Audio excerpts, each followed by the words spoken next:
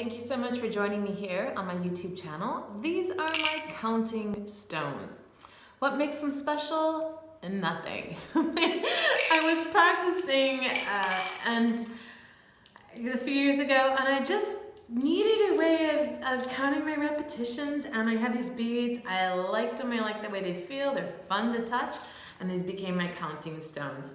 So here's how we can use these. If my goal was to do something, so let's see if that goes in the camera there. 1, 2, 3, 4 times I would play, take it off, put it in the jar, play.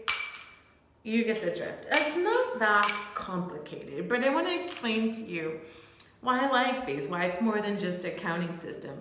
Number one, if you're playing and you're just keeping your hand up for a straight 20, 30, 40 minutes, that's probably going to lead towards a repetitive stress injury. So having some activity that takes the hand down, releases those muscles, is a recipe for success, in my opinion.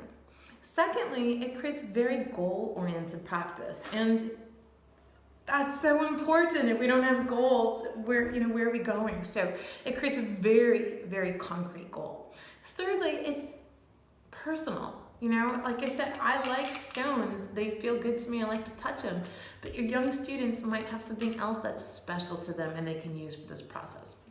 So that's part one of this video. For part two, I want to talk about how this ties into the week I spent watching my students practice. The long and the short of it is I was really shocked at how few of my students did what was assigned, and what was assigned was to have more of what I call these like dissecting exercises that take a small component of what we're working on and practice that in.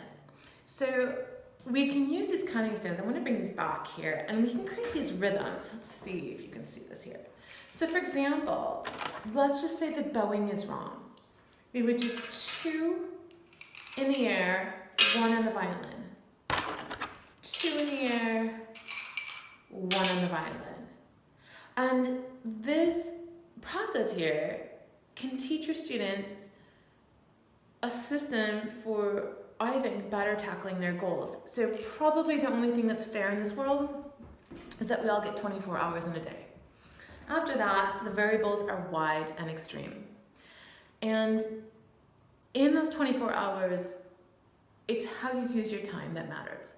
So when we have these exercises that don't just, or I should say, when we have these systems that don't let us just play through something and plow through something incorrectly and then incorrectly again and incorrectly again, it actually has a systematic way of just breaking it down.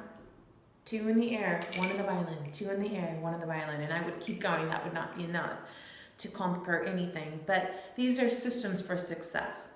So let me know in the comments below what you do to keep your students really organized. What kind of structure do you like to use, or tools, anything like that?